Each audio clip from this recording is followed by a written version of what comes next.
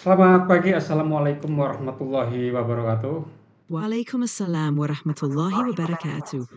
ChatGPT, hari ini kita akan membahas surah yang ke-110 dari Al-Quran, yaitu An-Nasr.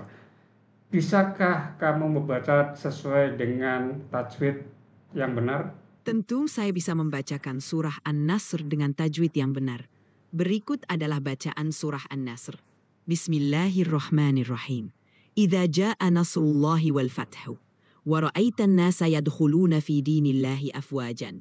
Fasabbih bihamdi rabbika wastaghfirhu. Innahu kana tawwaban. Bisa kamu jelaskan arti terjemahan dalam bahasa Indonesianya?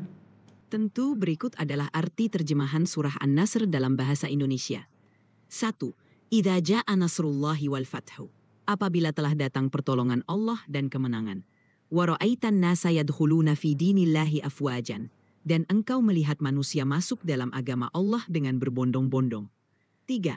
Fasabbih bihamdi rabbika wastaghfirhu. Innahu kana tawwaban. Maka bertasbihlah dengan memuji Tuhanmu dan mohon ampunlah kepadanya. Sesungguhnya Dia Maha Penerima Taubat. Surah ini menyampaikan tentang pertolongan Allah dan kemenangan, serta anjuran untuk bertasbih dan memohon ampun kepadanya. Bisa kamu jelaskan tafsir dari surah ini menurut Ibnu Katsir? Tafsir surah An-Nasr menurut Ibnu Katsir menjelaskan bahwa surah ini diturunkan sebagai kabar gembira kepada Nabi Muhammad SAW tentang kemenangan yang akan datang. Nasr atau pertolongan Allah yang dimaksud adalah kemenangan atas musuh dan kejayaan dalam menyebarkan agama Islam. Ibnu Katsir menyatakan bahwa ayat ini juga merupakan peringatan bagi Nabi untuk senantiasa bertasbih dan memohon ampun kepada Allah. Ini menunjukkan bahwa meskipun kemenangan telah diberikan, Nabi tetap diajarkan untuk rendah hati dan selalu mengingat Allah. Surah ini juga dianggap sebagai tanda bahwa masa keras dan ujian dalam dakwah sudah hampir berakhir dan masa kemudahan serta kemenangan akan datang. Inti dari surah ini adalah pesan tentang pertolongan Allah, pentingnya bersyukur dan selalu mengingatnya dalam setiap keadaan. Bisa Anda jelaskan juga tafsir surah ini menurut Quraisy Shihab, yaitu dalam tafsir Al-Misbah, di mana letak persamaan dan perbedaan dari kedua tafsir tersebut? Tafsir surah An-Nasr menurut Al-Mishbah karya Quraisy Shihab memiliki beberapa kesamaan dan perbedaan dengan tafsir Ibnu Katsir. Kesamaan 1. Kemenangan dan pertolongan Allah. Keduanya sepakat bahwa ayat ini merujuk pada kemenangan yang diberikan Allah kepada Nabi Muhammad SAW dan umat Islam. 2. Pentingnya bertasbih dan memohon ampun. Kedua tafsir menekankan bahwa setelah kemenangan, Nabi diajarkan untuk terus bertasbih dan memohon ampun kepada Allah. Perbedaan, konteks dan penekanan.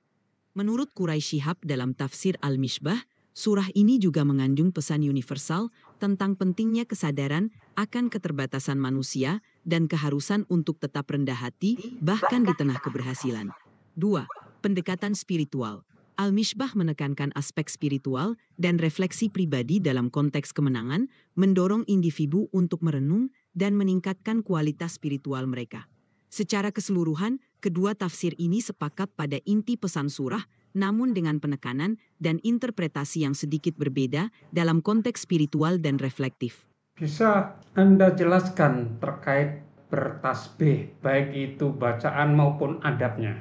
Bertasbih adalah bentuk ibadah dalam Islam yang dilakukan dengan memuji dan mengagungkan Allah.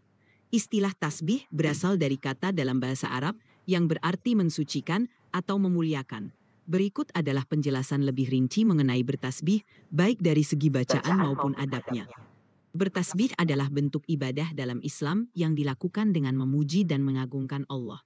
Berikut adalah penjelasan tentang bacaan dan adab bertasbih. Bacaan tasbih, Subhanallah, berarti Maha Suci Allah. Ini adalah bentuk tasbih yang paling umum dan sering digunakan. 2. Alhamdulillah, berarti segala puji bagi Allah. Ini digunakan untuk mengungkapkan rasa syukur kepada Allah. 3. Allahu Akbar, berarti Allah Maha Besar. Ini digunakan untuk mengagungkan kebesaran Allah. Adab bertasbih, niat yang ikhlas. Bertasbih harus dilakukan dengan niat yang tulus karena Allah, bukan untuk mendapatkan pujian dari manusia. 2. Khusyuk dan konsentrasi. Saat bertasbih, sebaiknya dilakukan dengan penuh perhatian dan khusyuk, mengingat kebesaran Allah. 3. Mendahulukan yang disunnahkan.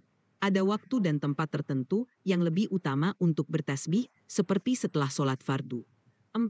Menghindari kesombongan. Bertasbih harus dilakukan dengan rendah hati, mengakui bahwa semua kebesaran dan keagungan hanya milik Allah. Bertasbih merupakan bentuk ibadah yang mendekatkan diri kepada Allah dan mengingatnya dalam setiap aspek kehidupan.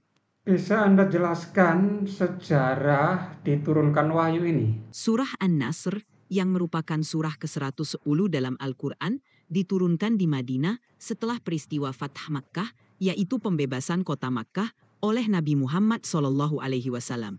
Surah ini dianggap sebagai salah satu surah yang mengabarkan tentang kemenangan dan pertolongan Allah kepada Nabi dan umat Islam. Menurut sejarah, turunnya surah An-Nasr memberikan kabar gembira kepada Nabi Muhammad SAW bahwa misi dakwah Islam yang beliau jalankan hampir mencapai puncaknya. Kemenangan ini juga menunjukkan bahwa banyak orang akan masuk Islam dalam jumlah besar. Surah ini juga mengingatkan Nabi untuk tetap rendah hati dan terus beristighfar kepada Allah, menunjukkan bahwa meskipun kemenangan telah datang, penting untuk selalu mengingat dan memohon ampun kepadanya. Dengan demikian, surah An-Nasr merupakan tanda kemenangan dan akhir dari masa-masa sulit dalam dakwah Nabi Muhammad SAW, serta sebuah pengingat akan pentingnya kesabaran dan ketundukan kepada kehendak Allah. Dalam konteks kekinian, pelajaran apa yang bisa dipetik dari surat ini? Dalam konteks kekinian, surah An-Nasr mengandung pelajaran yang relevan bagi kehidupan modern. 1. Pentingnya syukur dan rendah hati. Surah ini mengajarkan kita untuk selalu bersyukur atas setiap pencapaian dan keberhasilan, serta untuk tetap rendah hati. Ketika kita meraih kesuksesan, penting untuk mengingat bahwa semua itu adalah anugerah dari Allah dan untuk terus memohon ampunan serta bimbingannya. 2. Kemenangan dan keberhasilan. Surah ini mengingatkan kita bahwa setiap usaha yang dilakukan dengan niat yang baik dan sesuai dengan prinsip keadilan akan membawa hasil. Ini memberikan motivasi untuk terus berusaha dan bekerja keras, yakin bahwa hasil akhirnya akan sesuai dengan usaha yang dilakukan. 3. Konsistensi dalam ibadah. Meskipun telah mencapai keberhasilan, kita diajak untuk tetap konsisten dalam beribadah dan tidak lupa untuk memohon ampunan kepada Allah. Ini mengajarkan kita pentingnya keseimbangan antara keberhasilan duniawi dan spiritual. 4. Menghargai proses. Surah ini mengingatkan kita bahwa setiap proses menuju keberhasilan adalah bagian penting dari perjalanan hidup.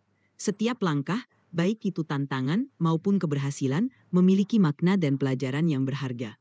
Baik, ChatGPT, terima kasih atas diskusi kita pada hari ini. Semoga bermanfaat, memberikan wawasan, pengetahuan, dan inspirasi bagi kita semua.